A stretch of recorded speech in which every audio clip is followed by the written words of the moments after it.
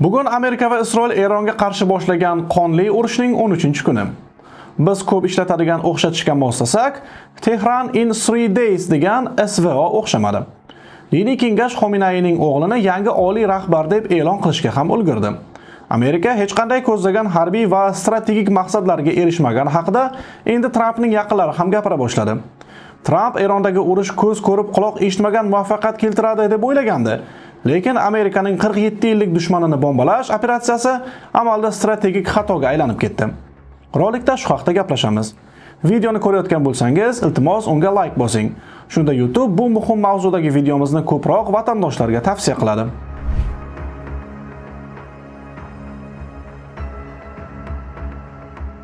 Esingizda bo'lsa, Donald Trump va Benjamin Netanyahu urushning ilk kunlarida eronliklarga murojaat qilib, hukumatni qo'lga olishga chaqirgandi.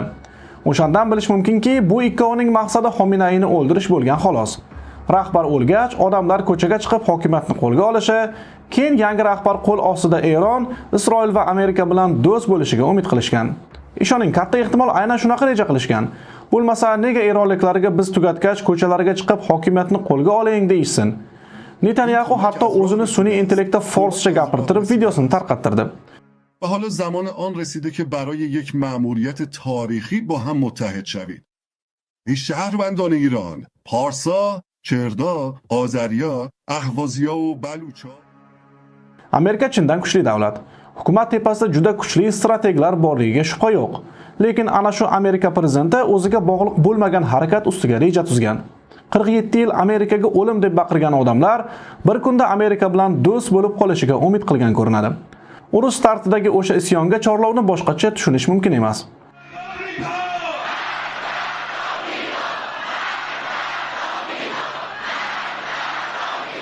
Keyin amerikaliklar Eronga qarshi operatsiyada hech qanaqa B rejasi yo'qligi, hammasi reja asosida ketayotganini aytib chiqishdi. Lekin Xominay o'lgandan keyin nima qilish kerakligi katta ehtimol o'ylab ham ko'rilmagan. Balki ular Eron rahbari birinchi kundayoq o'lishini kutmagandir ham.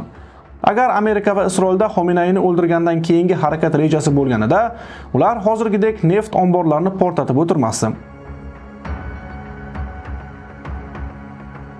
Eron dunyodagi eng neftga boy davlatlardan biri. Hormuz bo'g'ozidan dunyo neft tranzitining katta qismi amalga oshiriladi. Bu davlat atrofidagi konflikt doim neft narxiga ta'sir qilgan.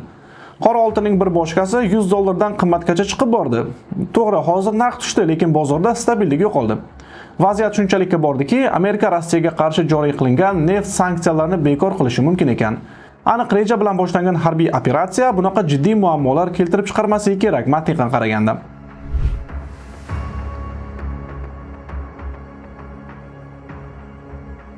Yaqinda Kongressdagi yig'ilishlardan birida amerikalik sobiq harbiy biz Isroil manfaati uchun urushmaymiz, bu urushning Amerikaga keragi yo'q deb isyon ko'tardi. Amerikada bu e'tirozlar borgan sari ko'proq yangramoqda. Isroil va Amerika davlati hozir har qachongidan qalindir, lekin Amerika jamiyatining Isroilga munosabati eng yaxshi holatda deb bo'lmaydi. Tobora ko'proq amerikaliklar bu urush Isroil manfaati uchun boshlanganiga ishonch hosil qilmoqda. Axir o'ylab ko'ring, Amerika Eronni bombalayapti. Eron bunga javoban atrofidagi musulmon davlatlarga raketa otyapti. Yaqin Sharqda musulmon davlatlar birlashishiga hech qanday umid ham yo'q. Bu Isroil orzu qiladigan ssenariy axir.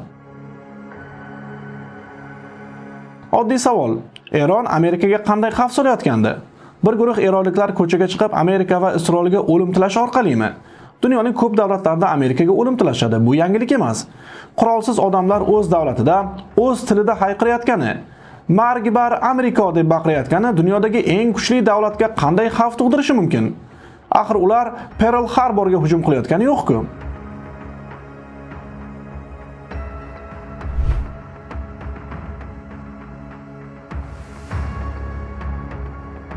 Urush boshlanishidan avval eronliklar hukumatga qarshi tarixdagi eng katta norozilik namoyishlarini o'tkazgani esingizdadir. Eronliklar ozod yashashga haqli ekanini aytib ko'chalarga chiqishdi. Minglab eronliklar o'ldirildi. O'likxonalar jasadlarga to'ldi. O'shanda muxolif kayfiyatdagi eronliklar chindan Amerikadan yordam kutgandi, lekin maktablarni, to'g'ri kelgan joyni bombalashni emas. Eronda chindan hukumatga norozi kayfiyatdagi odamlar juda ko'p edi. Ular Amerika bizga yordam berishini istaydi deb o'ylardi. Lekin ko'z o'ngida Amerika bombasi maktabga tushganini ko'rgan odam mamlakatini jang maydoniga aylantirgan davlatni aslo do'st deb bilmaydi. Tramp muxolif kayfiyatdagi eronliklarga sizda hukumatni qo'lga olish uchun tarixiy imkon paydo bo'ldi deb aytgandi. Lekin aslida hozir Eron hukumatida barcha siyosiy qarashdagi xalqni yagona g'oya atrofida birlashtirish uchun tarixiy imkon paydo bo'ldi. Qanday maqsad u, qanday natija? Amerikada Steve Bannon degan odam bor. U Trampning birinchi saylov kampaniyasini boshqargan. O'sha payt Oq uyning bosh strategi bo'lgan.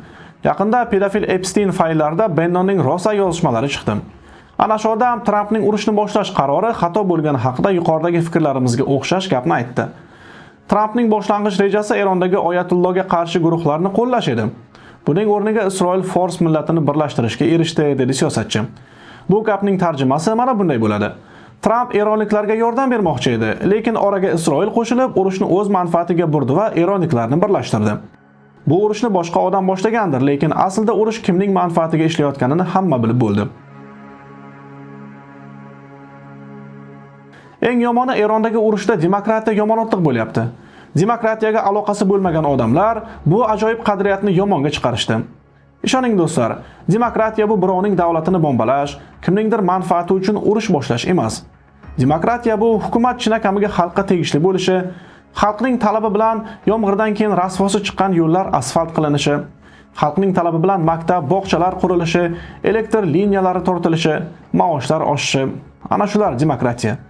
Juda iste'dodli, mard, minglab qurbon berishdan qo'rqmaydigan Eron xalqi ana shunday asl demokratiya istagandi. Maktablari bombalanishini emas.